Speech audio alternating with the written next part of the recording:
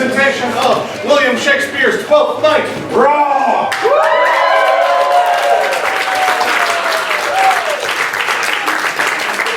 Now that's how you start a fucking show. Alright, before I do anything else though, I'm going to need to get my players to the stage! Alright, who here's never been to a Shakespeare Raw show?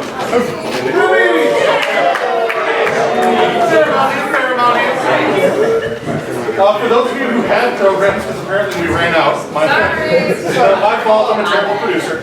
For those of you who have programs, you'll look at the programs, you'll see character names, you will not see actor names. The reason that is the actors do not know who they're going to be playing, but they're about to find out. Who wants to go first?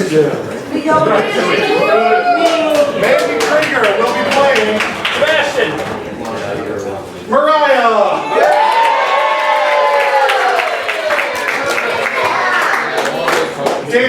David K will be playing Olivia. Malvoyo.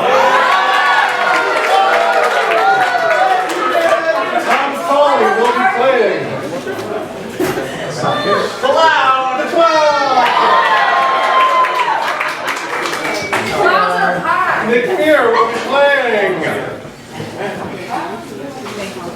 Okay. And no one gets to play a part twice. That's not fair. It's not fair. Sir Toby Belch!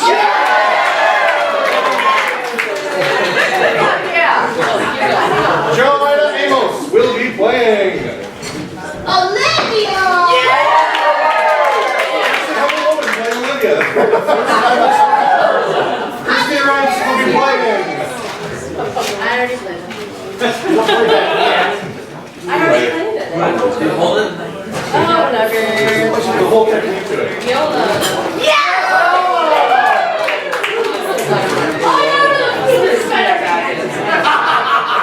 Trina will be playing Antonio. Sarah Wallace will be playing Sir Andrew. Stephen Walterstorff will be playing Captain Officer.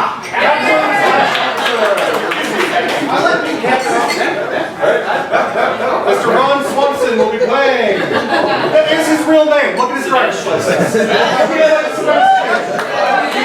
means you win. Which is Orsino. Duke Orsino. Orsino. Now, as I said, for those of you who are not familiar with our shows, the actors just found out who they're going to be playing. They have not looked at the script ahead of time. I told them to, they just chose not to. Because that is what we do here at Shakespeare Raw. We try to bring you the most real, authentic, unadulterated Shakespearean experience possible.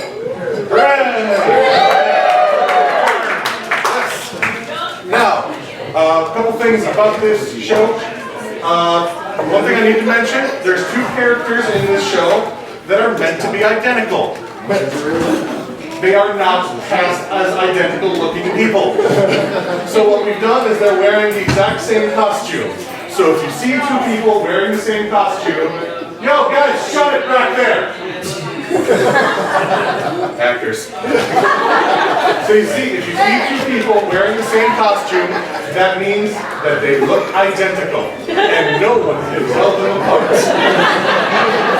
Are we all willing to accept this premise? Okay, I acknowledge I'm setting the suspension of disbelief higher than I normally do, but I feel I need to make that clear before the show. Okay, so, to cover that. A couple other things. We have who's drinking tonight? Who's having one? Most of you, as I would assume. Very good. That is good because we do have a drinking game that goes along with this show. Oh no. Those who are fans of Boozy Bar will know this drinking game well. We kind of play it a lot. Every time that there is a dick joke, everybody drinks. Now, those who are not familiar with Shakespeare will be saying to yourselves, or to whoever you're with, dick jokes in Shakespeare? Isn't that like classy, hoi polloi type stuff? Wrong! You are wrong, sir. There are dick jokes all over this thing. You just need to know how to spot them. You see, the Elizabethan puns sometimes are kind of lost in translation on a modern audience, especially if they're not specifically pointed out to people. But I will tell you something. He's not talking about how strong his horse is. He's not talking about the length of his sword. He's talking about his cock. Everybody drink. So yes, a general rule of thumb. If you think it's a dick joke, it's a dick joke. Everybody drink. Do we all understand the drinking game? Excellent. Excellent. Let's see, trivia contest. We also have we do a little trivia thing. This month it is sponsored by our good friends at the Clark Street Sausage Company. If you did not go purchase some baked goods for them, you now have a chance to win some. And if you don't win some, you can just go buy some. They're right over there. Right over there. Okay. So this play, 12th Night, 10 years ago, was remade into a film starring Amanda Bynes and Channing Tatum. Does any get 2 free cookies to the person? She's the man! I heard over here. Yes, She's the Man, starring Amanda Bynes and Channing Tatum. It came out 10 years ago this month. Also, the first movie that ever let me know that tampons could also be used for nosebleeds. I learned that from wrestling back in high school. Yes, that is a true fact. That's actually what they were invented for. They're really great for it. Yeah. They're actually used to plug bullet holes in World War II, but yay! Correct. So we learned that. So whenever you like, feel free to go back there and get yourself some baked goods. And everyone else, if you like what you see tonight, go rent the film She's the Man. It's a delight.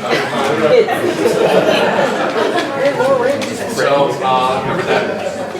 Photography. You guys see our friendly photographer Nick on here? Nick is awesome. We love Nick. But we also know that everyone has little cameras on their phones and stuff. And you know what? If you guys want to take pictures, feel free to go ahead and take pictures. Take all the pictures you like. I just ask that you also right away upload them to our Facebook page, facebook.com/boozybard. So that everyone can enjoy all the awesome pictures that you've taken of our amazing show. Yes, it's a great way that we can get all the pictures we can as quickly as we can. Exploiting my audience for labor. Hooray! All right, so next month we are going to be doing Henry VIII, May 9th, 10th, 11th. So if you like what you see tonight, come back for that. Come see the incredibly historically accurate story of Shakespeare. How Henry was a kind and a just leader, and the evil Cardinal Wolsey led him astray, and Catherine of Aragon was totes cool with the divorce. We're not in 3rd grade. Are there dick jokes in that one too? There are dick jokes in that one. It takes place during the period of history where he's seducing Anne Boleyn. There's dick jokes. Yeah, so if you like that, come back to that. May 9th, 10th, 11th. Once again, it's Monday, Tuesday, Wednesday at 7:30 each night. $5 if you wear a crown. Most of you seem to have a lot of costumes lying around. If failing that, I hear there is a hamburger restaurant that will willingly supply you with a hamburger crown. But since you only need it for one night, that's good. Okay. Last thing. This is our casting director. He did an amazing job of being a casting director, but his job is that job is done now. So he has nothing left to do. So he's going to spend the rest of the night as our cast shakedown artist. This is going to be sitting back over by the bar. Now, when you go out to the bar, you and your friends, you have to grab a few drinks, you have a good time. At the end of the night, you throw the bartender a few extra bucks, as you should. It's a right neighborly thing to do. Well, you know what? This is your chance to do the same thing for us. If at the end of the night you say, you know what? I did not get charged enough for this show. I think I should have been charged more, and you feel like throwing a couple bucks in this hat, God love you for doing so. If you can't, God love you all the same. So yeah, covered that. Mark, are you ready? We have Diane with us tonight. Okay, Mark and Diane. Are you guys ready back there? I think so. Excellent. Yes, you guys ready? Yes. Most importantly of all, audience, are you ready?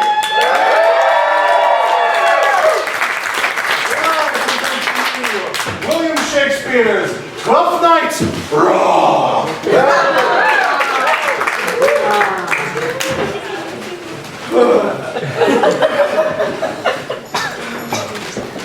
If music be the food of love, play on.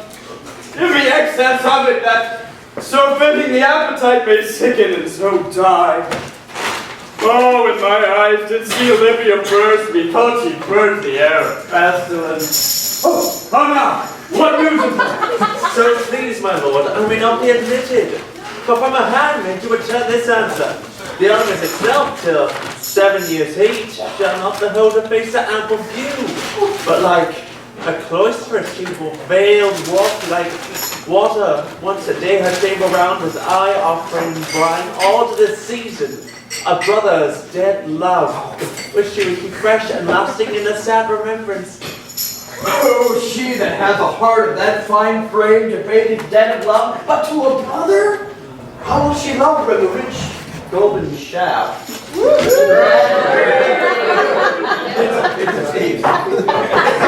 That live in her, and kill the flock of all affection else that live in her. When liver, brain, and heart, these sovereign thrones are all supplied, and filled with sweet perfections with one self king. Away before me, the sweet beds and flowers. Love thoughts lie rich when canopied with flowers.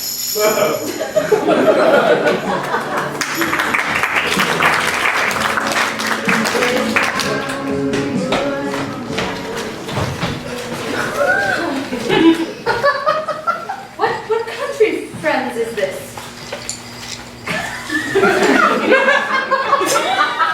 This is Illyria, lady. And what should I do in Illyria? My brother here is in Elysium. Perchance he is not drowned. What think you? 'Tis perchance that you yourself was saved. Oh, my poor brother. And so perchance may he be.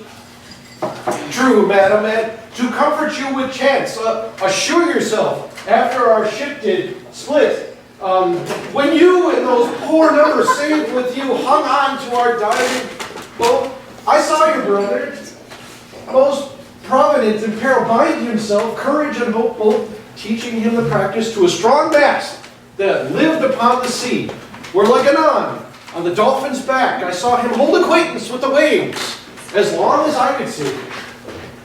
Knowest thou this country? Who governs here? Orsino, a noble duke in nature as in name.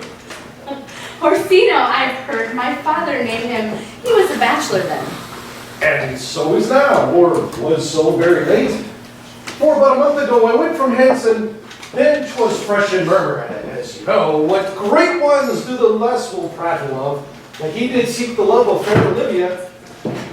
What's she?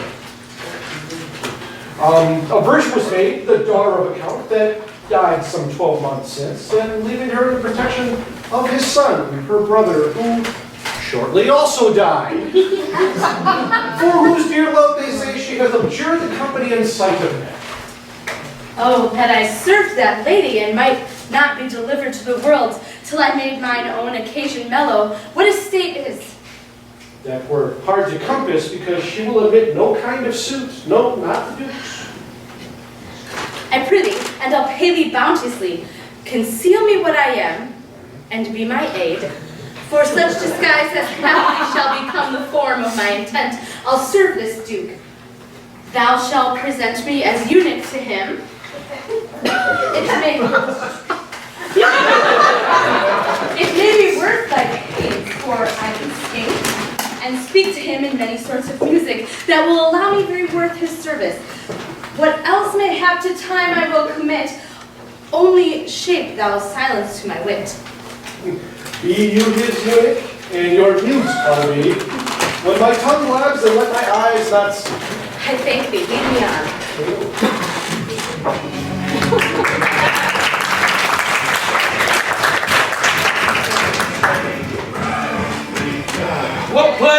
means, my niece, to take the death of her brother thus.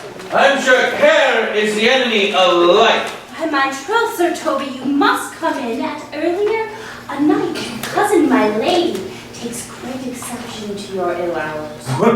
Well, let her accept before accepted. Aye, but you must confine yourself within the modest limits of order. Confined? Confined? I'll confine myself no finer than I am! These clothes are good enough to drink in, and so these boots too.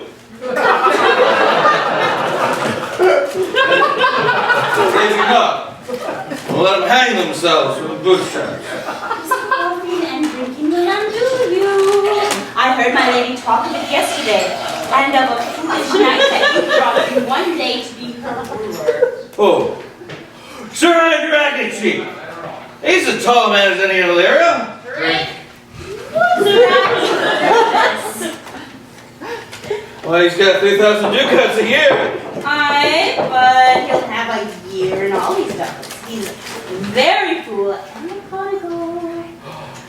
By this very hand, they are scoundrels and subtractors that say so of him. Who are they? Who? Say that, and moreover, he's a drunk nightly in your company. With drinking health to my niece. I'll drink to her as long as there is a passage in my throat and a drink in a lira. He's a coward and a coystill that will not drink to my niece till his brains turn to the toe of the parish top. What, wench? Castellano will go? Well, here comes Sir Andrew Hogface! Sir Toby!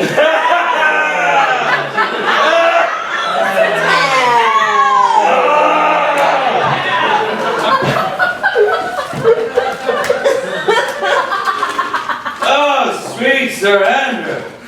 Bless you, fair shrew. Oh, of course, Sir Andrew, of course. Good mistress, accost I desire better acquainted. My name is Mariah, sir. Good mistress Mary, accost. You mistake, knight. Accost is front her, board her, woo her, assail her. By my troth, I would not undertake her in this company. Is that the meaning of accost? Fare you well, gentlemen. And thou apart thou, Sir Andrew, when thou mightst never draw sword again. And you part so, mistress, I might never draw sword again. Yeah. Well, lady, do you think you have fools in hand? Sir, not what you want. Marry, but you shall have it. Here's my hand. I pray you, bring your hand to the buttery bar and let it drink. Wherefore, sweetheart, what's your metaphor?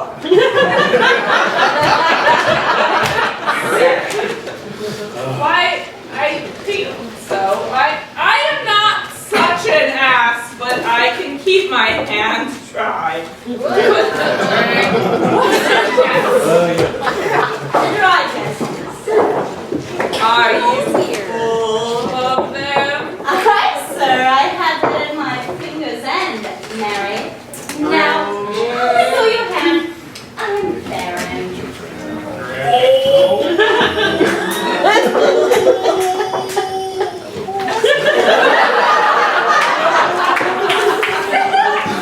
Oh, knight! Oh, thou lackest the cup of canary. When did I see you so put down? Never in your life. I think. Unless you see Canary put me down, I'll ride home tomorrow, Sir Toby. Your niece will not be seen, or if she be, it's 4-1. She'll none of me. The Count himself here, by water. No, she'll none of the count. shall not match above her degree, neither in estate, yours, nor wit. I have heard her swear. Tut, tut, tut, tut, tut. There's life in it, man.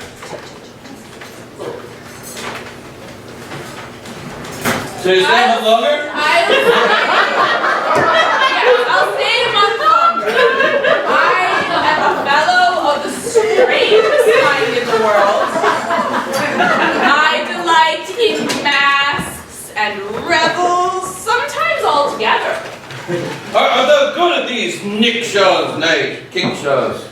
As any man in Illyria, whatsoever he be, under the degree of my betters, and yet I will not compare with an old man.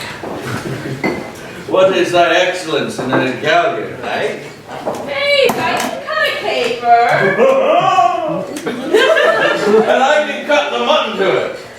And I think I have the back trick simply as strong as any man in Illyria. Shall we see about some rebels? What shall we do else? We're not born into Taurus. Drink. Taurus? That's sides and heart. Drink. Those Legs and thighs. Let me see the caper. Ha ha! Higher! Come on, caper! Higher! Jump! Dance away! We'll find wenches for the dancing.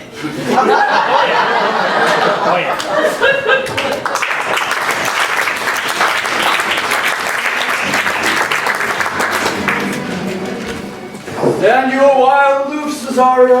Thou knowest less but all. I have unclasped to thee the book of even my secret soul. Therefore, good youth, address thy gate to her. Be not denied access.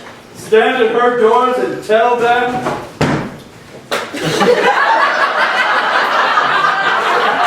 Whatever is cool. Whatever is cool. Where thy quick foot shall croak till thou hast done it. Just coming in.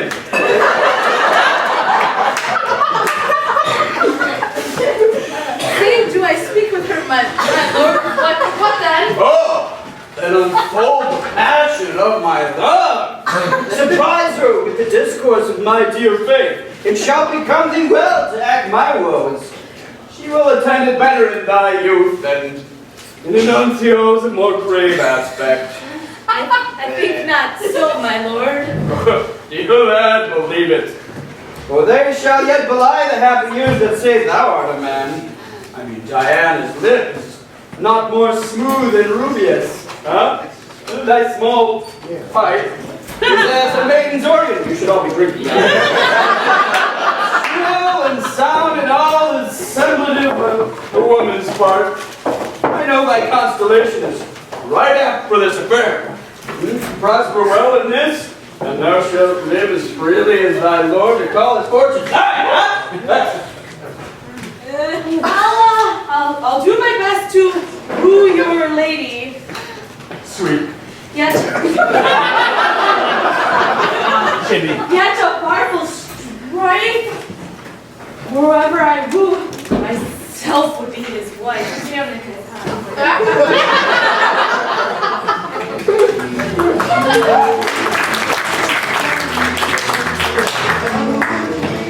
Wit will be thy peril put into good fooling. The wits that think what's happening to a very often prove fools. On such countless, better a witty fool than a foolish wit. God save me, good Madonna! Take the fool away. Did you not hear the lady? Take away the fool! Sir, I bade them to take away you. Good Madonna! Give me leave to prove you a fool! Can you do it? Dexterously, good Madonna! Well, sir, for want of other idleness, I'll buy you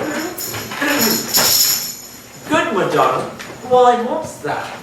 good fool over my brother's death. I think his soul is in hell, Madonna! I know his soul is in heaven, fool. The more fool, Madonna, to mourn for your brother's soul being in heaven! Take away the fool. This fool, Romeo, does he not Yes, and shall do till the pangs of death shake him infirmity that decays the wise of ever make the better fool. Oh, God send you, sir, a speedy infirmity for the better. How's he into that, Folio? I marvel your ladyship takes delight in such a barren rascal. Oh, you're sick of self-love, Greek Malvolio. Madam, there is at the gate a young gentleman who much desires to speak with you. From the Count Orsino, is it? I know not, madam. 'Tis a fair young man and well attended. Who might people Sir Toby, madam, your kinsman. Alright, fetch him off, I pray you. He speaks nothing but madness. Wait on him. God. Go you, Malvolio. If it be a suit from the Count, I'm sick, or I'm not at home, or what will you just dismiss it? Now you see, sir, how your fooling grows old and people dislike it. Oh, thou spoke first, Madonna, as if the eldest son should be a fool, whose skull Jove crowned with grains. Oh, for here he comes, on thy kin has the most weak pale matter. Oh, why my father has drunk. What is he at the gate, cousin? A gentleman. A gentleman. What gentleman? Tis a gentleman here. Play these pickle herring now, stop. That's good, Sir Toby. How can I you this authority? The tree? I'm by the tree. There's this one at the gate. Why, Mary, what is he? Let him be the devil, and he will, I care not, give me faith. Say, that's all done. What's a drunken man like, fool? Like a drowned man, a fool, and a madman. One draught of a heat makes him a fool, a second mad him, and a third drowns him. Go down and seek the counter. Let him sit with my cousin. For he's a third degree of drink. He's drowned. Go, look after him. He's not mad yet, Madonna, and the fool shall look to the madman.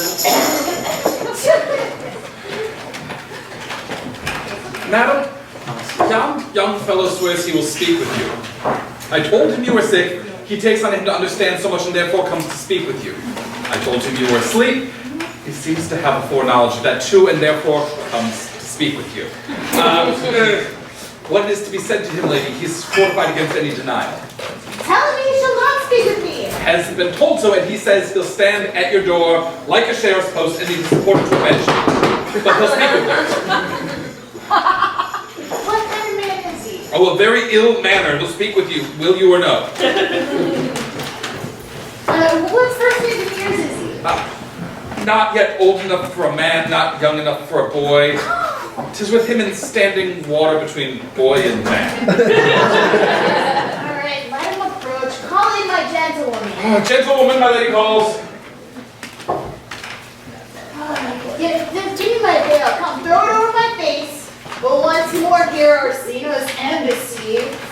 Gotta take a guys on hands. The honorable lady of the house, which is she? Speak to me and I shall answer for her. So it's not her. Most radiant, exquisite, and unmatchable beauty, I pray you tell me if this be the lady of the house, for I never saw her. I would be loath to cast away my speech, for besides that it is excellently well penned, I have taken great pains to comment.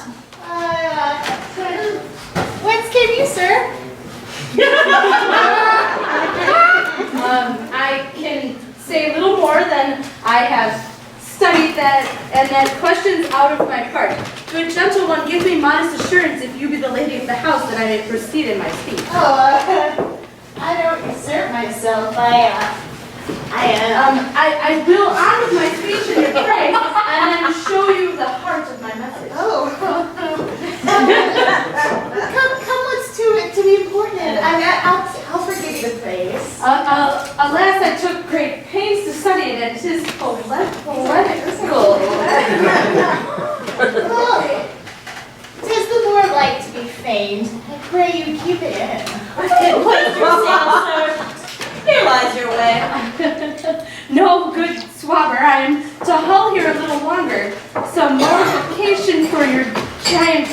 lady, tell me your mind, I am a messenger.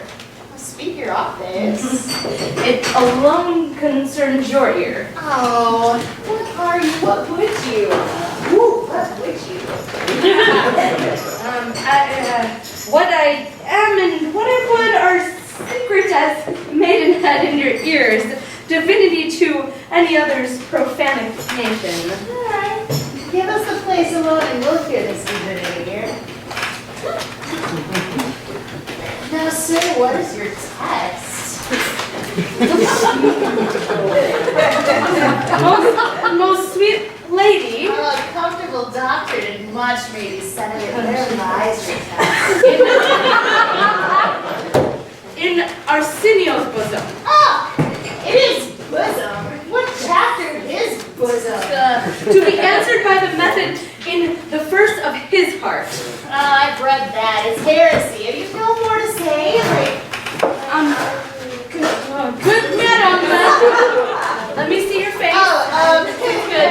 I see it now. Right now. Have you any permission from your lord to negotiate with my face? Because I've got other parts, and you are now out of the text, but we will draw the curtain and show the picture. Look you, sir, such a one as was this present. Is it not well done? It's excellently done if God did all. Tis the rain, sir. 'Twill endure wind and weather. 'Tis beauty truly blent, those red and white, nature's own sweet and cunning hand laid on.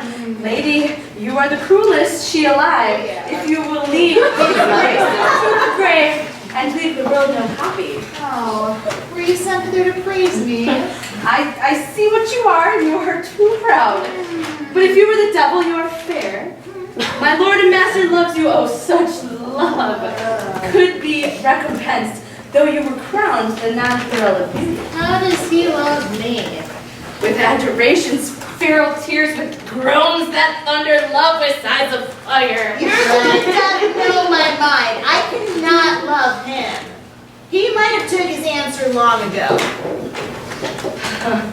If I did love you in my master's flames, with such suffering, such a deadly life in your denial, I would find no sense. I would not understand it. Oh, why? What would you? Make me a willow cabin at your gate and call upon my soul within the house, write loyal cantons of content, love, and sing them loud, even in the dead of night. Hallelujah your name to the reverberated hills and make the babbling gossip of the air cry out, Olivia! Oh, you should not rest between the elements of air and dirt, but you should pity me. Oh. Get you to your lord. I cannot love him. Let him sin no more, unless perchance, you come to me again just to tell me how he takes it. Very well. I thank you for your pains, and you can spend this for me. I'm no feed, oh lady, keep your purse. My master, not myself, lacks recompense. Love make his heart of flint, that you shall love. And let your fervor like my master's be placed in contempt. Farewell, fair cruel.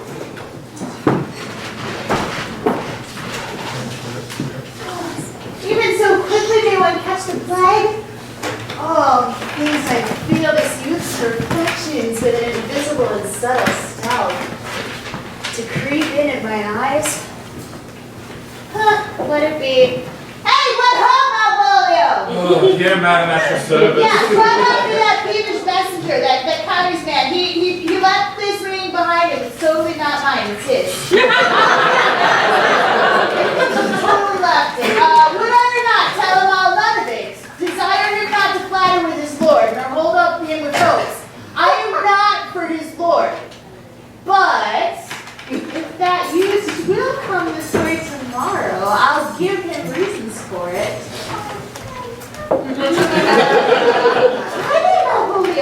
Madam, I will.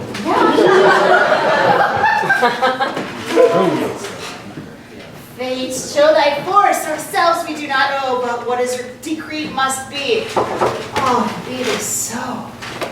Oh.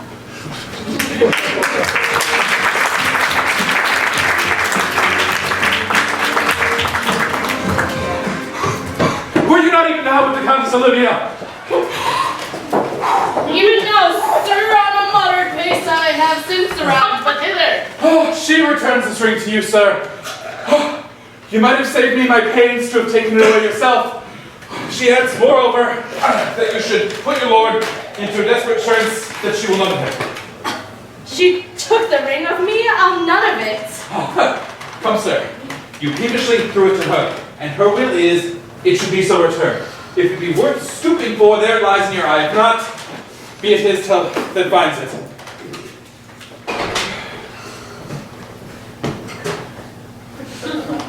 I left no ring with her. What means this, lady? Fortune forbid my outside had not charmed her. She made good view of me indeed, so much she kind of circled me. That sure methought her eyes had lost her tongue. For she did speak, it starts distractedly. She loves me, sure. The cunning of her passion invites me in this churlish messenger. I am the man, if it be so as 'tis, poor lady. She were better love a dream. Disguise, I see, thou art a wickedness. I'm hot as a dude, I know. Whereas frighted enemy does much, for such as we are made of, such we be. How will this fetch? My master's loves her dearly, and I, poor monster, fawn as much on him. And she, mistaken, seems to dote on me. What will become of this, as I am man? My state is desperate for my master's love, as I am woman. Now alas the day. O time, thou must untangle this knot. Aye, it is too hard a knot for me to untie.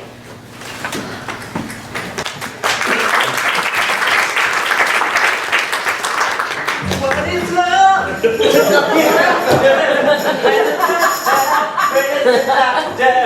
What's it come? It's still on no plenty, then no kiss me. Sweet and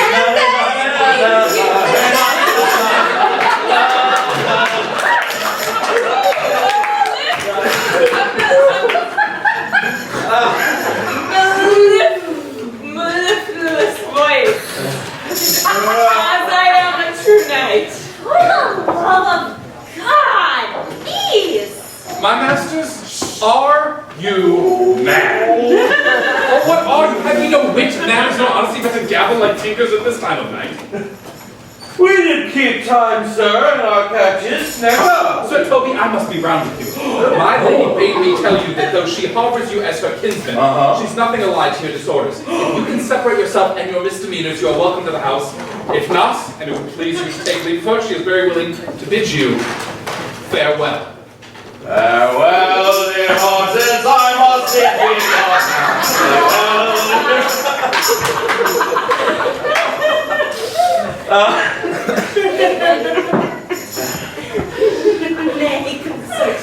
As you show it, these are almost done. Is even so.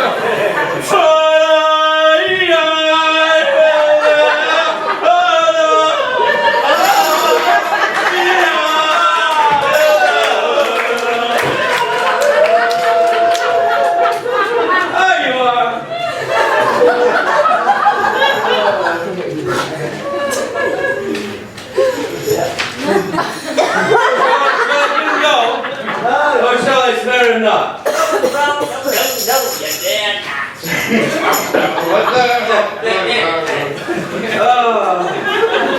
Out of tune, sir, you laugh.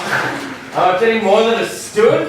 Thou shalt think because thou art virtuous there shall be no more cakes and ale? Yes, by St. Anne and ginger shall be hot in the mouth too.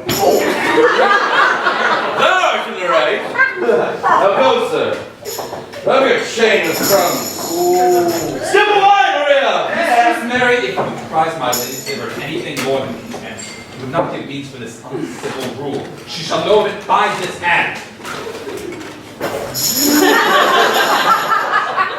Go shake your ribs. Sweet Cesario. For tonight, since the youth of the camps was today with our lady, she is much out of quiet. Monsieur Bergoglio, let me alone with him. If I do not call him into a nay word and make him into a common appellation, do not think I have wit enough to ride straight to my bed. I know I can do it. What will you do? Huh? What?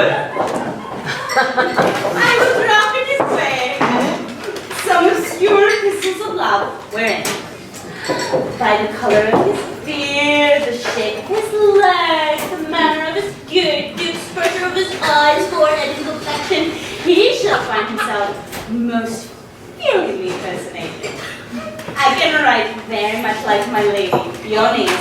And of forgotten matter, he can hardly make distinction of all hands. Excellent, I smell a device.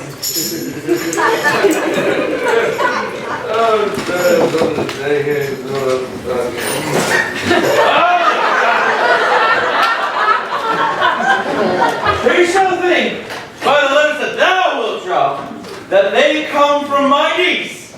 That she's in love with him.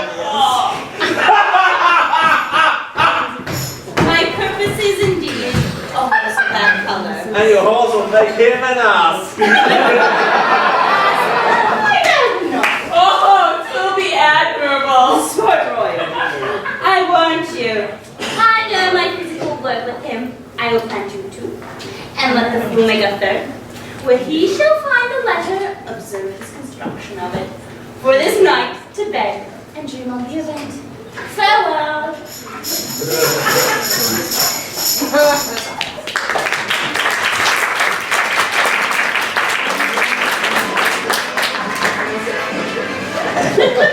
Come hither, boy. Thou ever shalt love in the sweet pangs of it. Remember me. For such as I am, all true lovers are. Unsteady and skittish in all motions, outstayed in the constant image of the creature that is beloved. Well, my life upon young though thou art, thine eye has stayed upon some young favor that it was, has it not, boy? A little by your favor. What kind of woman is it?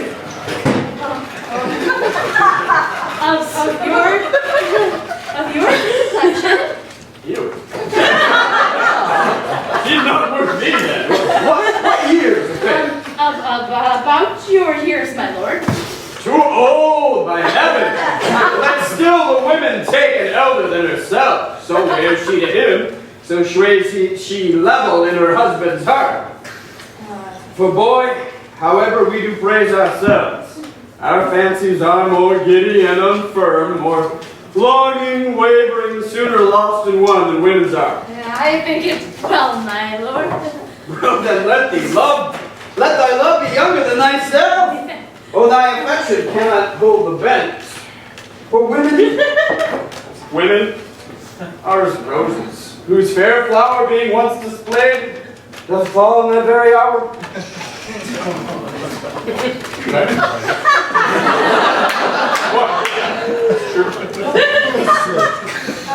And so they are, alas,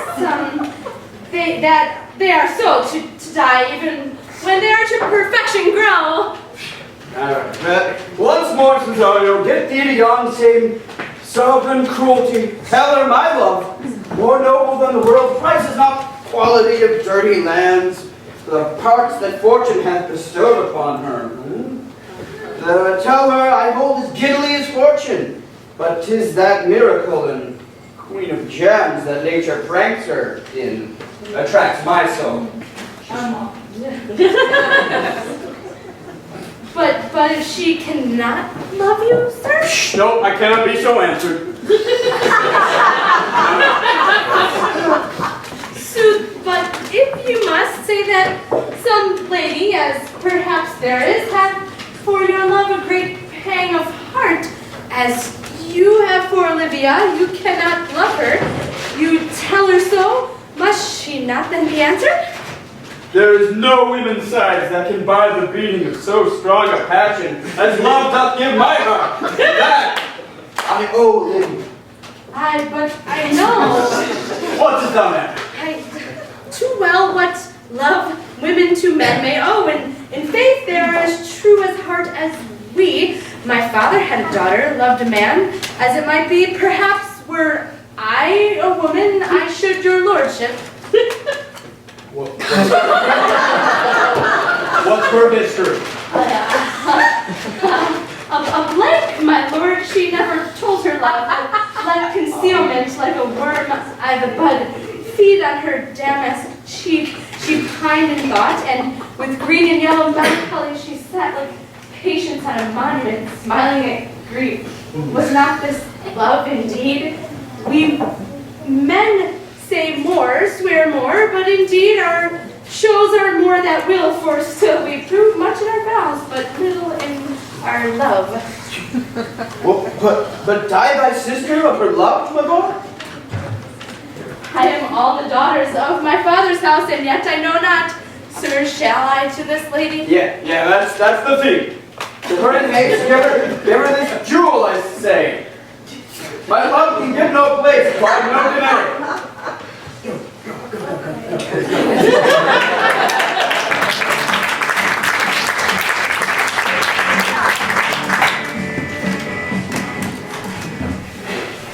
Here comes the little villain.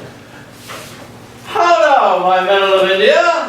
Get thee into the box tree. Malvolio's coming down this walk. He has been yonder in the sun practicing with behavior to his open shadow. This half hour, observe him. For the love of mockery, for I know this letter will make him a contemplated Indian. Close. In the name of Jesse, lie thou there. For here he comes, the trout that must be caught. With tickling. 'Tis but fortune, all is fortune. Maria once told me she did affect me, and I have heard herself come thus near, that should she fancy it should be one of my complexion.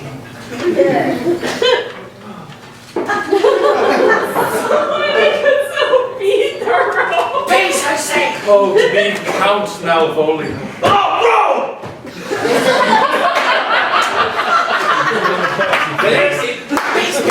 There is example for the lady who stretching very bewilderment of the wardrobe.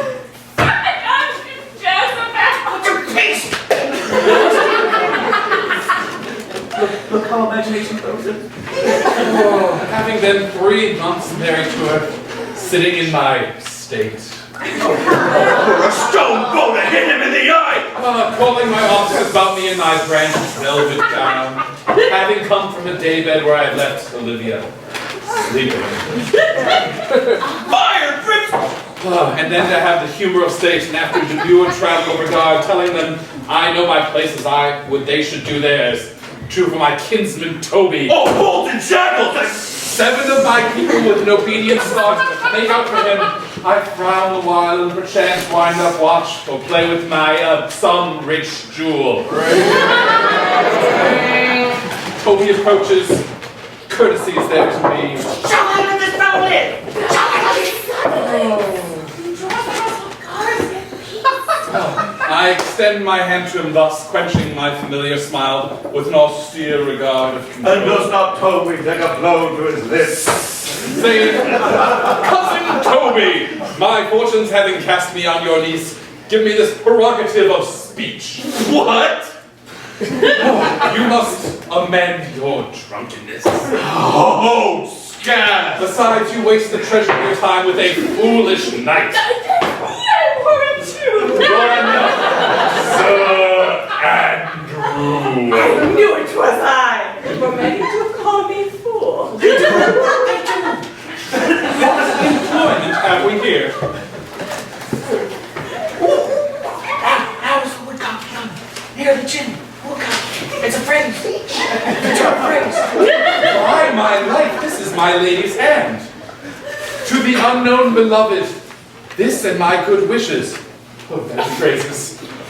By your leave, wax soft, and the impressure here, lucre with which she used to seal. 'Tis my lady. To whom should this be? Oh, the sweet him! The sweet him! Liver it all! Jove knows I love. But who? Lips do not move. No man must know. No man must know. What follows? The number is altered. No man must know if this should be the Malvolio. Marry thee! Rock. If this falls into thy hands, resolved in thy stars, I am above thee, but be not afraid of greatness. Some are born great, some achieve greatness, and some have greatness thrust upon them. Let thy tongue tank arguments of state. Put thyself in the trick of singularity. She thus advises thee, recites for thee. Remember, who commended thy yellow stockings, and wished to see thee ever cross-gartered. Farewell, so that she would alter services with thee. Oh, the fortunate unhappy! Daylight and champagne discovers not more. She did command my yellow stockings of late. She did praise my legs being cross-gartered. I thank my stars I am happy. I will be strange, stout, in yellow stockings. And cross-gartered. Oh, even with the swiftness of putting on, Jove and my stars we praise. Here is yet a postscript. Thou canst not choose but know who I am. If thou entertainest my love, let it appear in thy smiling. Thy smiles become thee well. Therefore, in my presence still smile, dear. My sweet, I will do everything that thou wilt have me.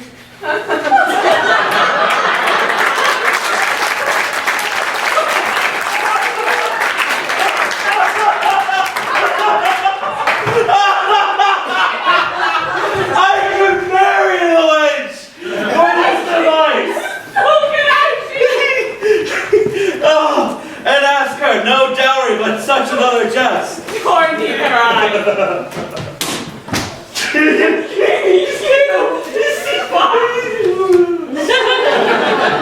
If you will, then see the fruits of my sport. His first approach before my lady, he will come to her in yellow stockings. 'Tis a color.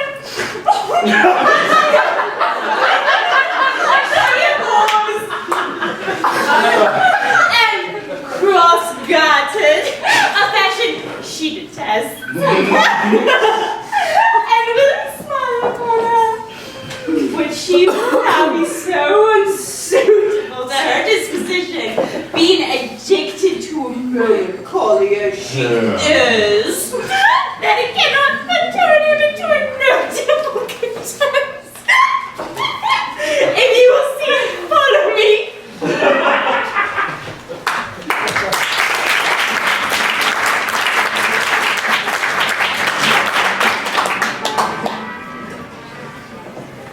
I would not by my will have troubled you, but since you make your pleasure of your pains, I will no further chide you. I could not stay behind you. My desire, more sharp than filed steel. Drink! And not all love to see you, though so much as might have drawn one to a longer voyage. But jealousy, what might befall your travel being still is in these parts, which to a stranger, unguided and unfriended, often prove rough and unhospitable. My willing love, the rather by these arguments of fear set forth in your pursuit. My kind Antonio, I can no longer answer make but thanks, and ever off good turns are shuffled off with such uncurrent pay. But were my worth as is my conscience firm, you should find better dealing. What's to do? Shall we go see the relics of this town? Tomorrow, sir. Best first to go see your lodging. I am not weary, and 'tis long tonight. I pray you, let us satisfy our eyes with the memorials and the things of fame that do renown this city. Would you pardon me? I do not without danger walk these streets. Once, in a sea fight against the Countess galleys, I did some service. Of such note indeed that, were I taken here, it would scarce be answered. Be like you slew a great number of his people. The offence is not of such a bloody nature, albeit the quality of the time and quarrel might well have given us bloody argument. It might have since been answered in repaying what we took from them, which for traffic's sake, most of our city did. Only myself stood out, for which if I be lapsed in this place, I shall pay dear. Do not then walk too open. It doth not fit me. Hold, sir. Here's my purse. In the south suburbs, at the Elephant, is best to lodge. I will bespeak our diet whilst you beguile the time and feed your knowledge with viewing the tower. There you shall have me, huh? Why not your purse? Haply your eye shall light upon some toy you have desire to purchase, and your store, I think, is not for idle markets, sir. I'll be your purse bearer and leave you for an hour. To the Elephant! I do remember.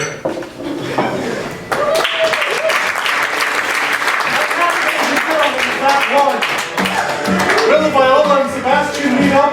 Will the trio of Gravel? Will Malvolio be made to look as much of an ass as we're all hoping he's Never like Salvolio. Find out in Act 2 of Shakespeare's As You Like It, or as Twelfth Night. That's the other drag play. Bar is right over there. Feel free to grab another drink. Natasha are back there. They're over there. We'll be back pretty much when most of you are sitting down. Right. Rhyme there, everybody. Second part of this song I did as co-writing credit Mr. Nick Fear. So. All right, here we go.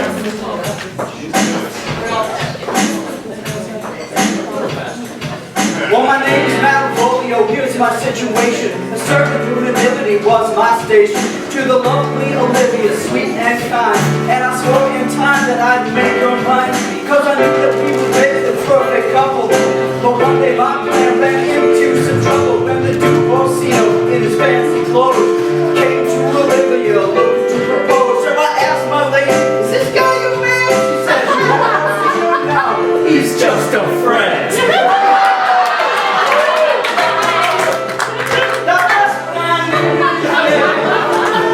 And I said he's got a friend. I said he's got a friend.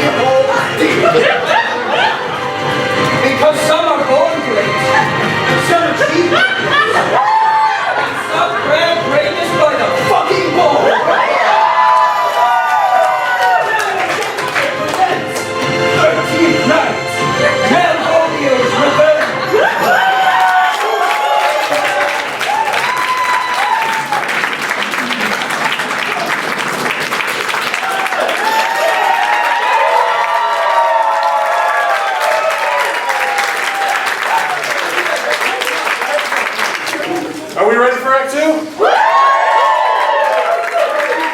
The gripping conclusion of William Shakespeare's Twelfth Night. Raw.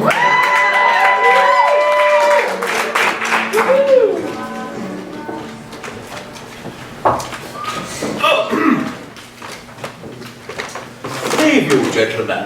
And you, sir. Yes. Would you encounter the house? My niece is desirous you should enter if you're trained to her. I am bound to your niece, sir. I mean, she is the list of my boys.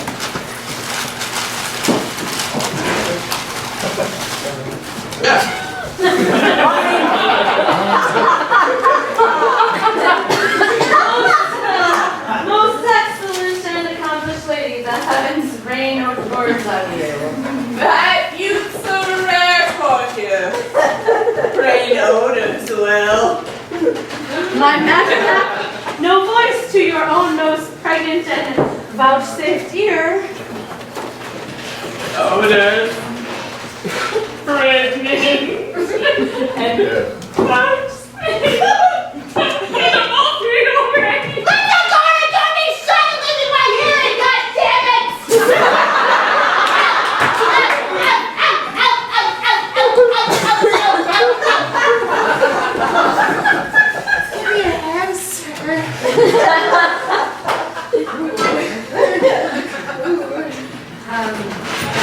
My duty, madam, and most humble service. Cesario is your servant's name, fair princess. My servant, sir, was never married, but since lowly feigning was called compliment. Your servant's a Count Orsino, youth. And he is yours, and his must needs be yours. Your servant's servant is your servant, madam. For him? I think not on him, for his thoughts were they were blanks rather than filled with me. Madam, I come to whet your gentle thoughts on his behalf. By your leave, I pray you, I bid you never speak of him again. But would you undertake another suit? I'd rather hear Ulysses of death than music from the spheres. Dear lady. Give me leave to beseech you. I did send after the last enchantment you did hear a rain chase of you. So did I abuse myself and my servants, and I fear me you. So under your hard construction must I sit, to force that on you in a shameful cunning, which you hear none of you very Have you not set my honor at the stake? Dated with all the unmuzzled to one of your receiving. Enough is enough. Okay, shown a cypress, not a bosom.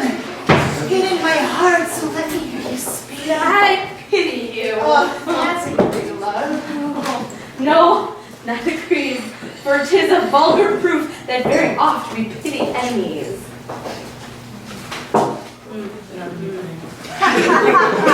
What? Oh, then he thinks it's time to smile again.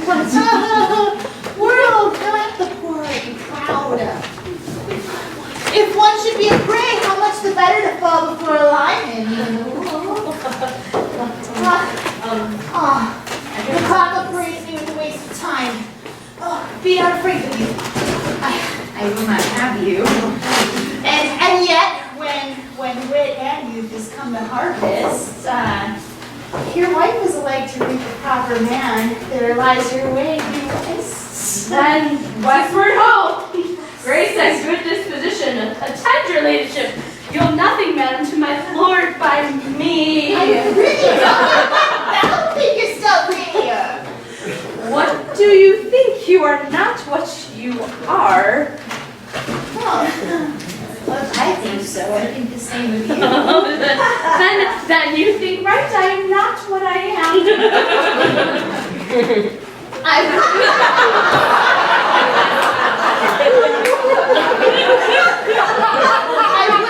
you were as I would have you be.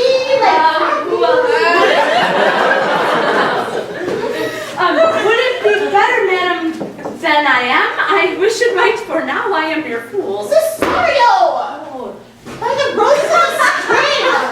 By manhood, honor, truth, and everything, I love thee so that neither all thy pride, nor wit, nor reason can my passion hide. Do not extort thy reasons from this clause, for that I woo. Thou therefore hast no cause, but rather reason, thus with reason fetter.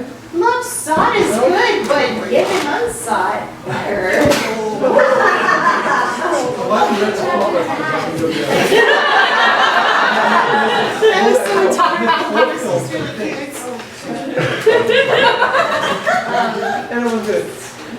By my innocence, I swear, and by my mouth I have one heart, one bosom, and one truth, and that no woman has, nor never, none shall mistress be of it, save I alone, and so adieu, good madam, nevermore will my master's tears to you deplore.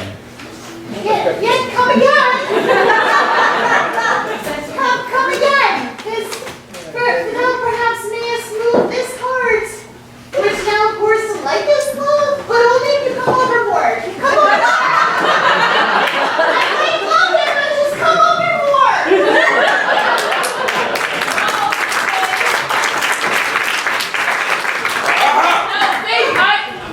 I'll not stay a jot longer. Thy reason, dear madam. Give thy reason. Mary, I saw your niece do more favors to the Count's serving man than ever she bestowed on me. Slut. I am asserting my womanhood, damn it!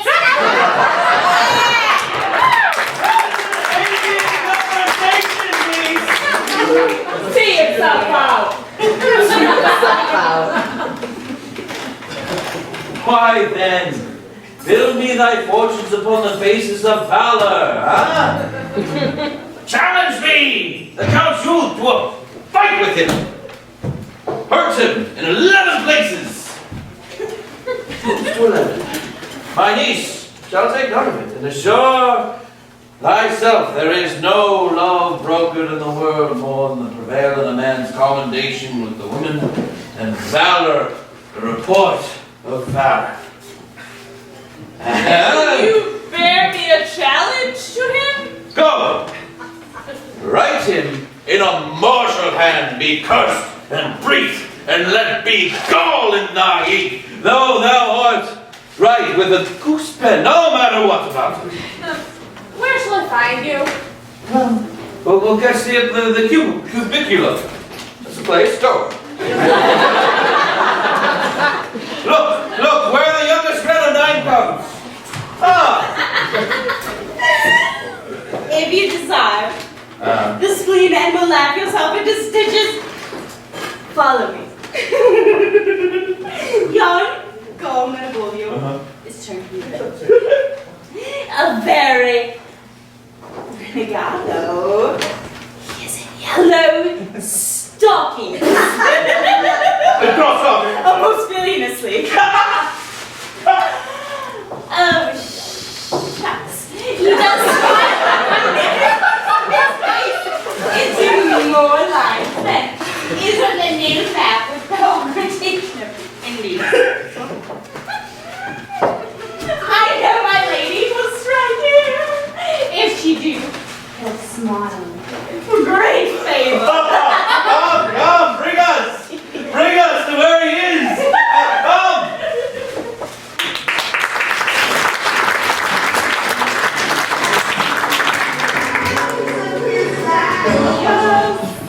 I sent after him.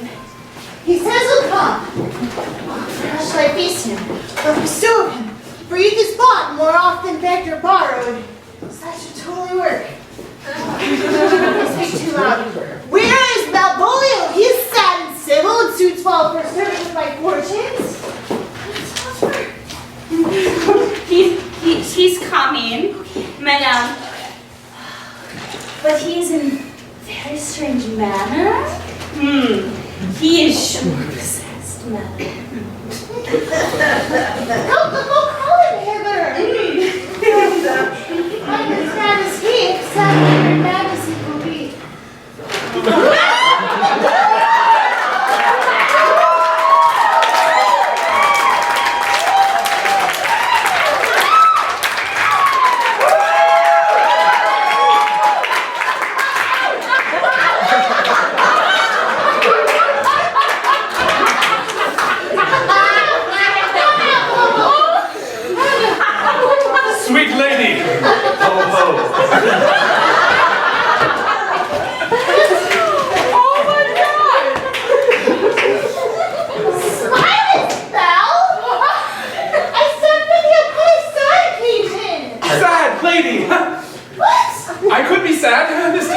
obstruction in the blood. What is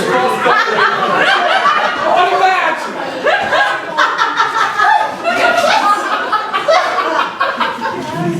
Dust up, man! What is the matter with me? Not black in my mind, yellow in my pants.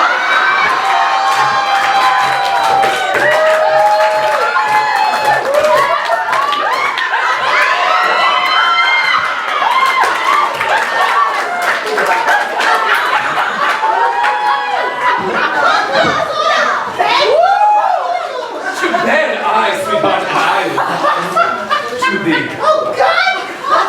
Why does those smiles so stupid? At your request, yes. Nightingales answered. Why do you appear with this ridiculous boldness before my lady? Oh, be not afraid of greatness, was my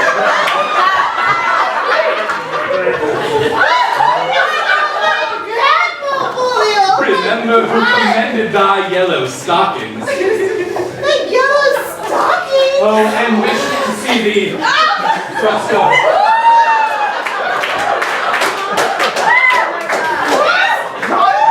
Go to thou art made if thou desirest to be so. If not, let me see thee a servant's boy.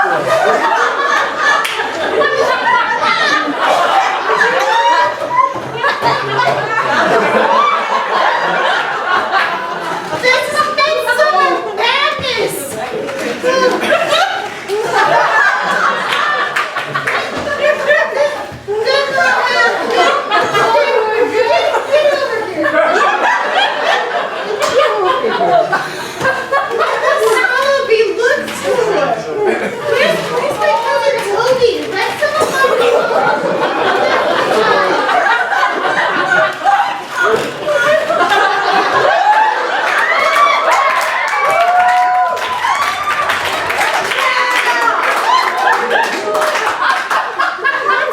Let someone let people have a special care of him. I will not have him miscarry for the half of my salary. I need this service.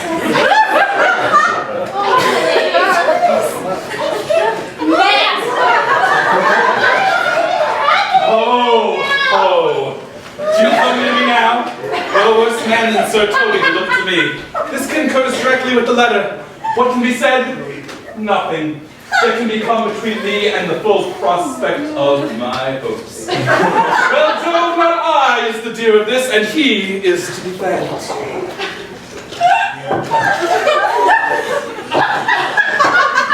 Alright, which way is he, the name of sanctity? Go off, I discard you. Let me enjoy my private go off.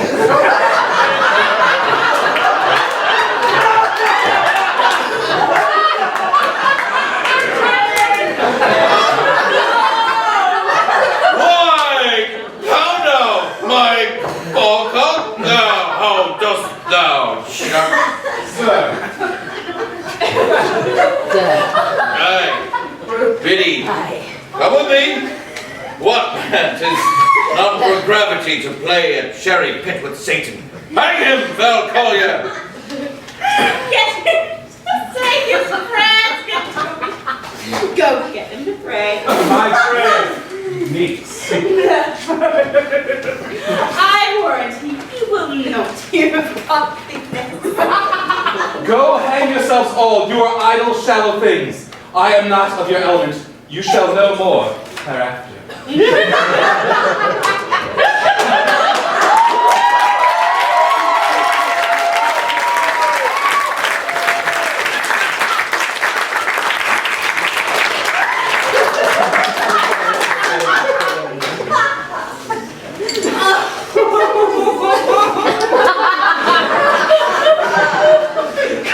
Come, we will have him in a dark room and bound. When he's sorry, you believe that he's mad? He may carry it thus for our pleasure and his penance, till our very past time, tried out of breath, prompt have us to mercy on him. But see! Oh! Matter from Midwooden. Here is the challenge. No, that's Read it. Read. Hey.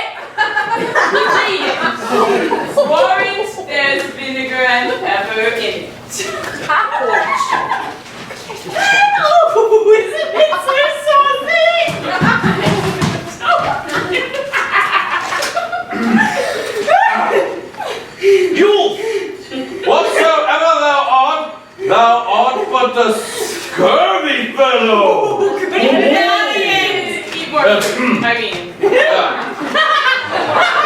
I will waylay thee going home, where if it be by thy chance to kill me, thou killest me like a rogue and a villain. Fare thee well, and God have mercy upon one of our souls, he may have mercy upon mine. But my hope is better, and so look to thyself. Thy friend, as thou usest him, and thy sworn enemy, Andrew Ogcheek. Keep this letter, move him not. His legs cannot. I'll give it to him. He is now in some comments with my lady, and will my depart. Good Sir Andrew, scout him for me at the corner of the orchard like a bombaily, and so soon as ever thou seest him, draw, and be as thou drawest swear and horrible. Let me alone, forswear this for me.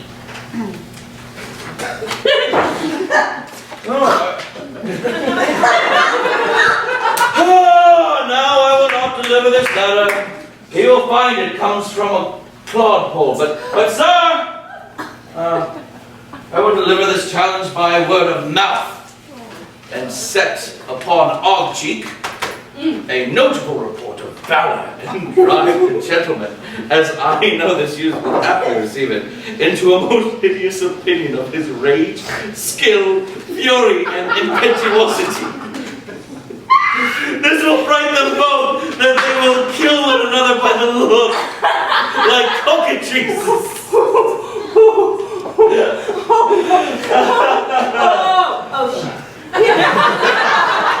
Here comes the niece.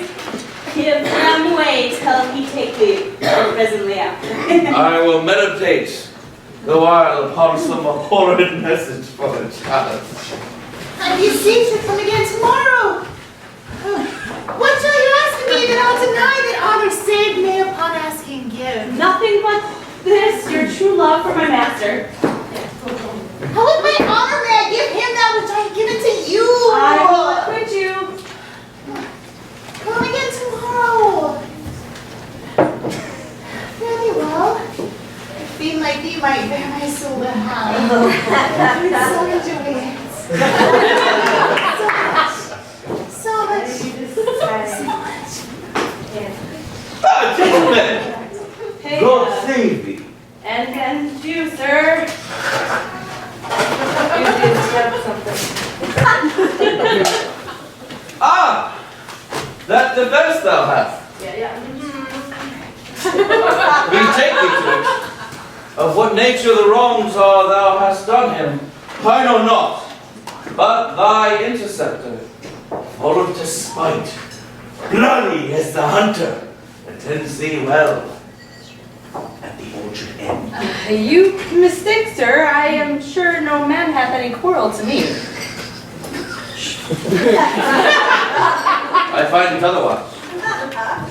I assure you, theretofore, if you hold your life at any price, it takes you your God, for your opposite hath in him what youth, strength, skill, and wrath can furnish man withal. I pray you, sir, what is he? He is a knight, dubbed with unhatched rapier on the carpet of a consideration. But he is a devil. I will return again to the house and desire some conduct of the lady. I am no fighter. I beseech you, do me the courteous office as to know of the knight what my offense to him is something of my negligence, nothing of my purpose. I will do so.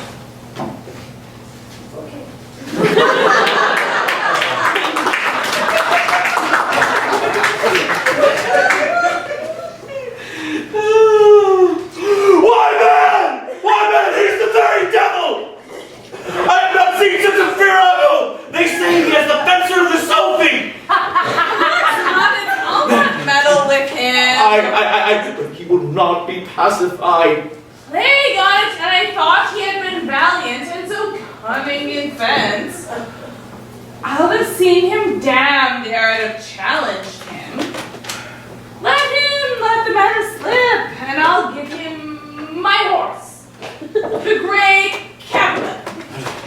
I'll make the motion. Stand here. Make good show on it. This shall end without perdition of souls. I'll hug your horse as well as I hug you.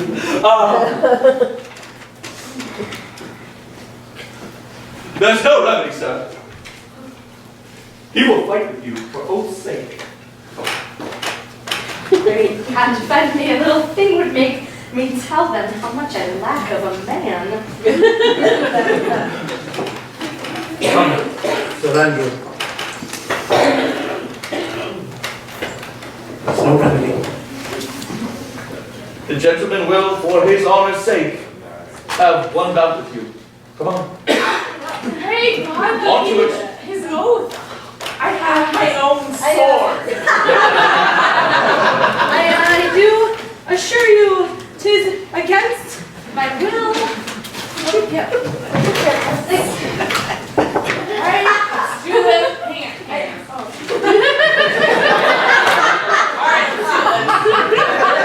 Put up your sword!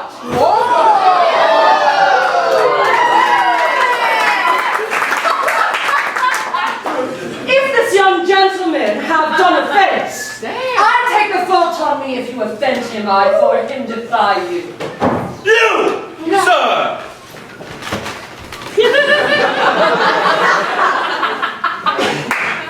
And what are you? One, sir, that for his love dares yet do more than you have heard and bragged to you he will. Ha! Ha!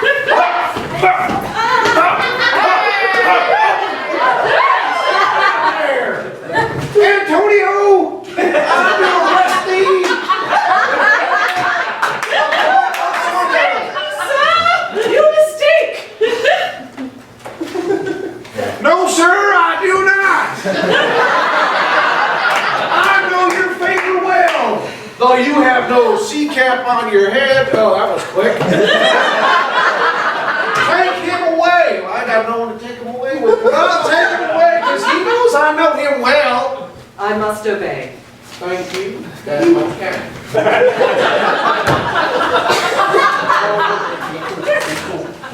This comes from seeking you. Got one bullet in his sword. But there's no rubber. What would you now? My necessity makes me ask you for my purse. You stand amazed, but be of comfort. Come, sir, away. I must entreat of you some of that money. What money, sir? For the fair kindness you have shown me here, and part being prompted by your present trouble, out of my lean and low ability, I'll lend you something. Will you deny me now? It's possible that my deserts to you can lack persuasion. Do not tempt my misery, lest that it make me so unsound a man as to upbraid you with those kindnesses that I have done you for. I know of none, nor know I you by voice or by any feature. Heavens themselves! Come, sir, I'll pray you. We gotta get going. Let me speak a little. This youth that you see here, I snatched one half out of the jaws of death, relieved him with such sanctity of love and to his image which methought did promise most venerable worth, did I with devotion. What's that to us? Comes by. Come on, we gotta get away here. But oh, how vile and idle prove this God thou hast, Sebastian! Done good feature shame. This man grows mad. Yes, Come away with leave you. me alone. Come on, get him.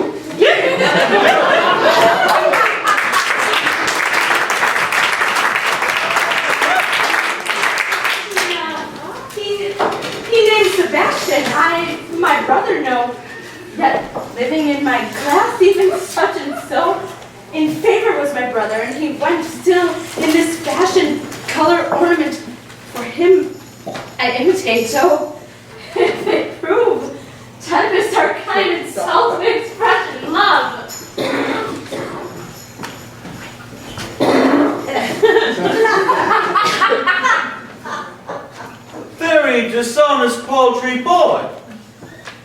more a coward than I am.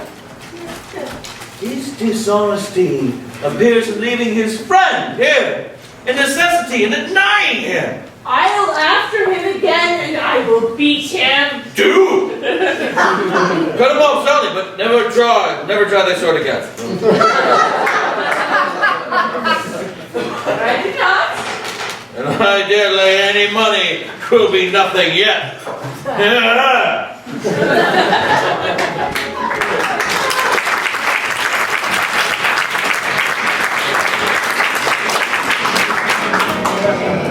Will you not make me believe that I am not sent for you? Go to, thou art a foolish fellow. Let me be clear of thee. Well held out of faith. No. Oh, I do not know you. Nor I am not sent you by my lady to bid you come speak with her. I didn't know is your name, Master Cesario, nor is this my nose neither. Nothing that is so is so. I prithee, vent thy folly somewhere else. Thou knowest not me. Oh, vent my folly. He hath heard that word of some great man, and now applies it to a fool. Vent my folly. I pray thee now, ungird my strangeness, and tell me, what shall I vent to my lady? Shall I vent to her that thou art coming? I prithee, foolish Greek, depart from me. There's money for thee if you tarry longer. I shall give you worse pain. Oh, by my troth, thou hast an open hand. They're wise men to give fools money, get themselves a good report for 14 years' purchase. Now, sir, have I met you again? There's for you. Why? There's for you! And there! Whoa, man! Whoa, hold on, sir. I'll throw you a dagger on the house. Oh, this I'll tell my lady. I would not be in your coat and twopence. All right.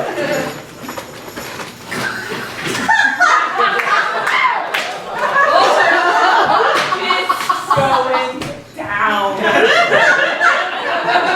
Come on, sir.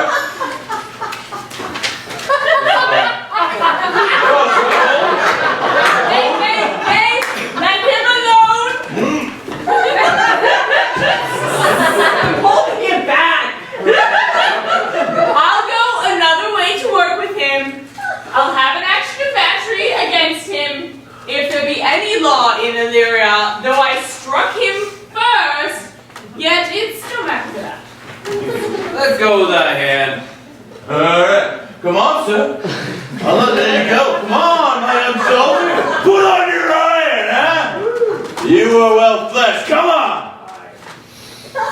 I will be free from thee. What would thou now? If thou temptest me further, draw thy sword. Whoa, what? Whoa, hey! Now must have an ounce or two of this malapropos blood from you. Where's my... Can you had it last? Hey! Whoa! Toby! I'm not like my chart. Behold! Well, madam! Will it ever be thus? Ungracious wretch, fit for the mountains and barbarous caves where man is ne'er reprieved. Out of my sight! Out! Out! Out! Out! Out! Out! Be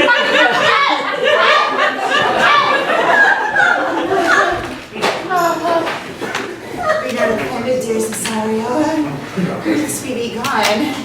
I pity, gentle friend, not thy fair wisdom, not thy passion's sway.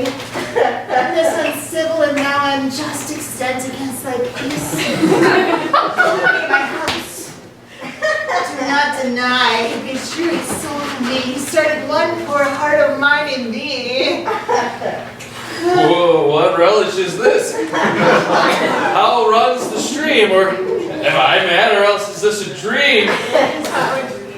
Let fancy still my sense and left steep, if thus the dream still let me sleep. My prithee, wilt thou be ruled by me or what? Yeah, madam, I will. Say so, so please.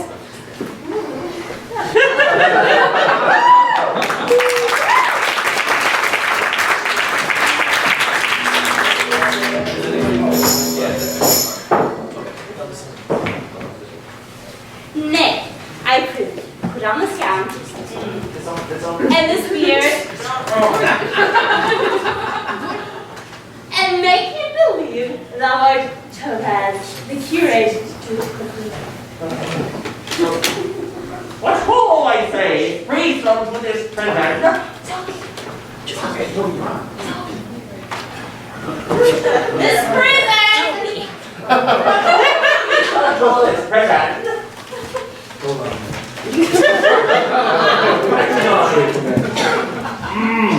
Joe, bless thee, Master Parson. Oh. You're proud of as well. A good night. Who calls there? Sir Topaz, the curate, come to visit Mandi or the lunatic. Sir Topaz! Sir Topaz! Good Sir Topaz! Go to my lady! Hyperbolic fiend! Oh, the bestest to this man, thinking down nobly but the ladies on your knees. Good Sir Topaz, do not think I am mad. They have laid me here in hideous darkness. Why, darkness of his sake? I call thee by the most modest terms. I am one of these gentle ones. Thou will use the devil himself with a courtesy. What a boy of Pythagoras, concerning wild fowl.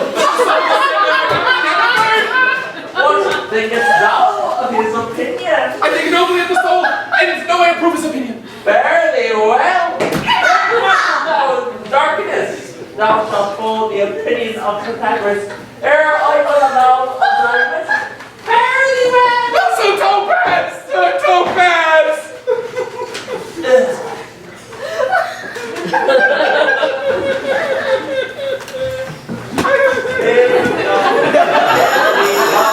Tell me how thy lady does. Fool! Here loves another. Who calls? Good fool, help me to a candle and pen, ink and paper. As I am a gentleman, I will live to be thankful to thee for it. Master Malvolio? I, good fool. Alas, sir, how many besides your 5 wits? They have here profited me, keep me in darkness, send ministers to me, asses, and do all they can to face me out of my wits. Advise what you say. The minister is here. Malvolio, thy wits in heaven restore, and never thyself to sleep, and sleep, thy fiddle babble. Sir Topaz! Maintain no word with heaven's good fellow. Who I, sir? Not I, sir. Good you. Very, amen. I will, sir, I will. Fool, I say! Alas, sir, be patient. What say you, sir? I am sent to speaking with you. Good fool, help me to some light and some paper. I tell thee, I am as well in my wits as any man in Illyria. Oh, well that you were, sir. By this hand, good fool, some ink, paper, and light, and convey what I will set down to my lady. It shall advantage thee more than ever the bearing of letter did. I will help you to it, but tell me true. Are you not mad indeed, or do you but counterfeit? Oh, believe me, I am not. I tell thee true! Then I'll never leave a man ere I see his brains. I will fetch you ink and paper. Prithee, be gone! I have gone, sir, and anon, sir.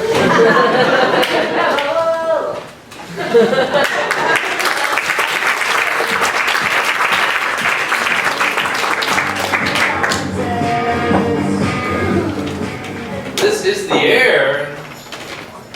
That is the glorious sun. This pearl she gave me I do felt and see. And though 'tis wonder that enwraps me thus, yet 'tis not madness. But here the lady comes.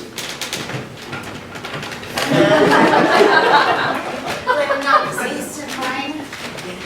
If you mean well, now go with me to the chantry by and underneath that consecrated roof, plight me the full assurance of your faith, that my most jealous and too doubtful soul may live at peace. What do you say? I'll go with you, and having sworn truth will ever be true. Oh, then lead the way, good husband, and heaven so shine that they may fairly note this act of mine.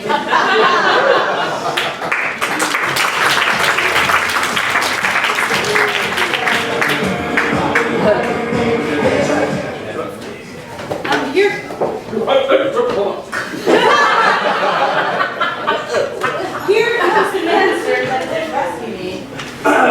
What's the matter? Orsino! This is that Antonio. That took the Phoenix and her front from Candy here in the streets, desperate of shame and state. In private rabble, we did apprehend him. He did me kindness, sir, drew on my side, but in conclusion put strange speech upon me. I know not what 'twas, but distraction. Notable pirate, thou saltwater thief, what foolish boldness brought thee to their mercies, whom thou, in terms so bloody and dear, hast made thy enemies? Orsino, noble sir, Okay. be pleased that I shake off these names you give me. Antonio never yet was thief or pirate. Though I confess, on base and ground enough, Orsino's enemy. Why? A witchcraft drew me hither. That most ungrateful boy there by your side, you, from the rude seas enraged and foamy mouth did I redeem. A wreck past hope he was. His life I gave him, and did there to add my love without retention or restraint. All his in dedication. How can this be? When came he to this town? Today, my lord. And for 3 months before, no interim, not a minute's vacancy. Both day and night did we keep company. Shut! Here comes the Countess. Oh, now heaven walks the earth. But for thee, fellow, thy words are madness. 3 months this youth has tended upon me. More of that anon. Take him aside, take him aside. What would my lord that he may not have for an Olivia may seem serviceable? Cesario, you do not keep promise for me. Cesario, we're going to keep on going. Madame! Gracious Olivia. What do you say, Cesario? My lord would speak, my duty hushes me. If it be off the old tube, my lord is as fat and fulsome to my ears howling after music. Still so cruel? Still so constant, lord? What? Your perverseness? You uncivil lady, to whose ingrate and unsuspicious altars my soul, the faithful offerings that breathed out, that air devotion tender, well, what shall I do? Ever would it please my lord that you could come in? Since you to non-regardance cast my faith, and that I partly know the instrument that screws me from my due place in your favor, live you the marble-breasted tyrant still, but this your minion, whom I know you love, and whom by heaven I swear I tender dearly, him I will tear out of that cruel eye, where he sits crowned in his master's spite. Come, boy, with me. My thoughts are right in mischief. I'll sacrifice the lamb that I do love to spite a raven's heart within a dove. And I, most jocund, apt and willingly to do you rest 1,000 deaths with No! There goes Cesario! After him I love more than I love these eyes, more than my life, more by all more than her I shall love wife. Okay, come away. No, we are my love. Stay. Whoa, what?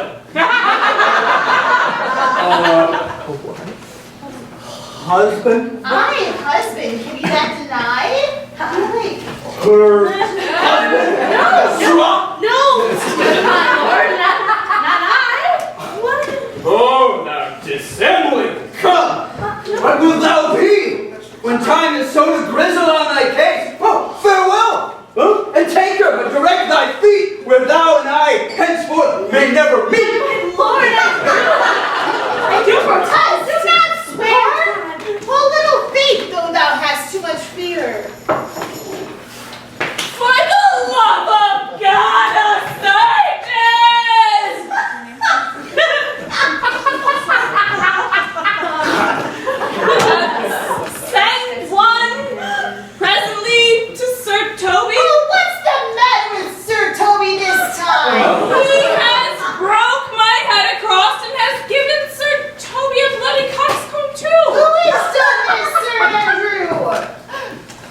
The Count's gentleman, one Cesario.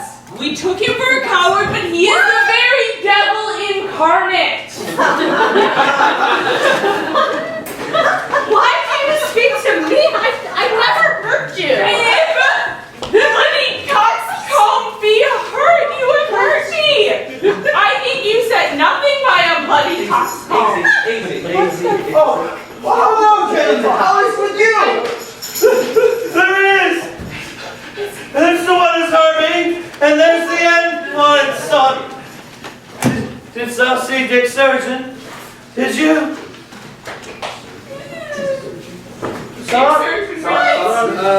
Oh, he's Drink! Sir Toby. An hour ago, his eyes were set at 8 in the morning. Then he's a rogue. And pass him Mrs. Penny, and I hate a drunken rogue. Oh, wait a minute. Who invented I will help you, Sir Toby, because well, we dressed together. Will you help? An assman and a Costco and a name! A dead face name! Go! I'll get you next time!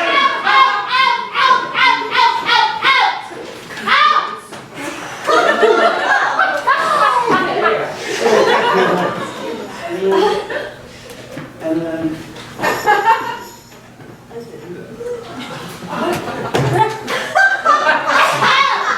Get him to bed and let him hurt me whoa. I'm sorry, madam, I have hurt your kinsman. But, had it been the brother of my blood, I must have done no less with wit and safety. Most wonderful.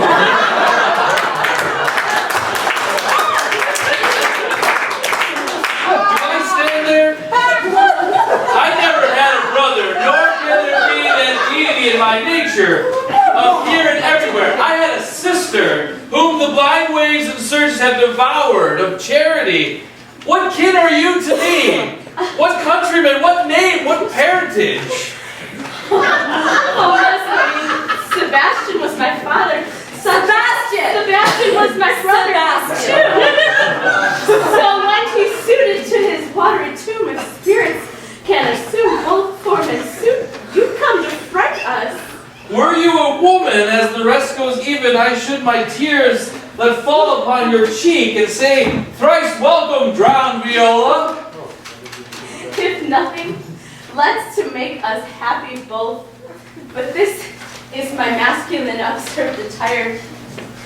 Do not embrace me till each circumstance of place, time, fortune, and then I am Viola.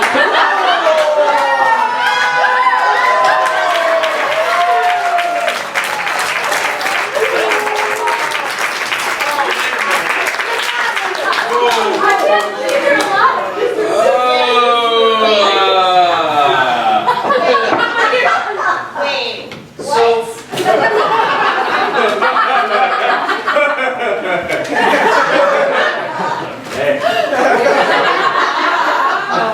so comes it, lady, you have been mistook.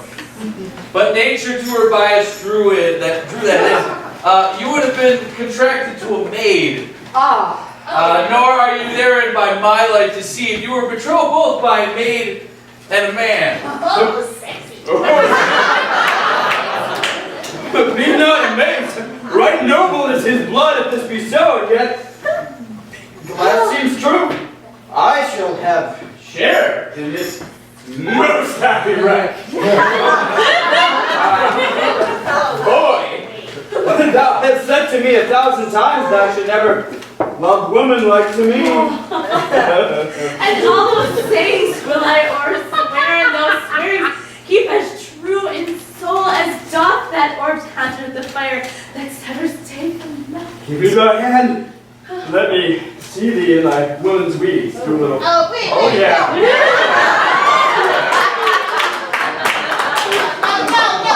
That's not Folio hither. And yet, alas, now I remember me. You see, poor gentleman, oh, he's much distressed. Okay. The whole yellow sun. Okay. This man. I'm Lord, this is the same. How long how you doing, buddy? Madam, you have done me wrong. Notorious wrong. Lady, you have, pray you, peruse that letter. You must not now deny it is your hand to tell me in the modesty of honor why you have given me such clear lights of favor. They become smiling and cross-gartered to you. To put on yellow stockings and to frown upon Sir Toby and the lighter people, enacting this in obedient hope. Why have you suffered me to be imprisoned, kept in a dark house, visited by the priest whose name the notorious Cat you killed an errant bitch who played? Now tell me why! This is not my writing. Oh, I confess, it's much like the character, but out of question. 'Tis Maria's hand. Good man. Hear me speak. Most freely I confess, myself and Toby set this advice upon Viola here, upon some stubborn and uncourteous parts we had conceived against him. Mariah wrote the letter, and at Sir Toby's great importance, in recompense whereof he hath married her. Last poor fool, how they baffled thee, 'cause you went around pluck.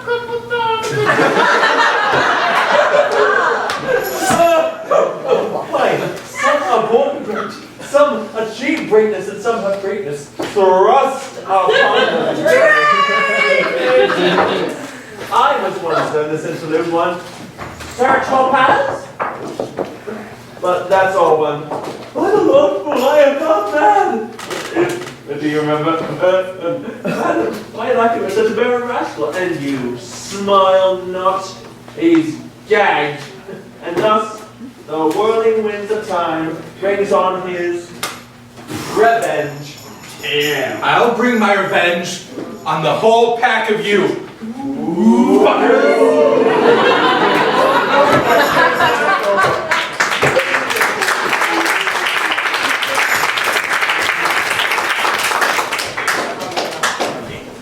He has been most notoriously abused. I'll pursue him and entreat him to a peace when golden time convents, but some combination shall be made of our sweet souls. Meanwhile, sweet sister, we will not part from hence, Cesario. Come, for so shall you be while you are a man, but when in other habits you are seen Orsino's mistress and his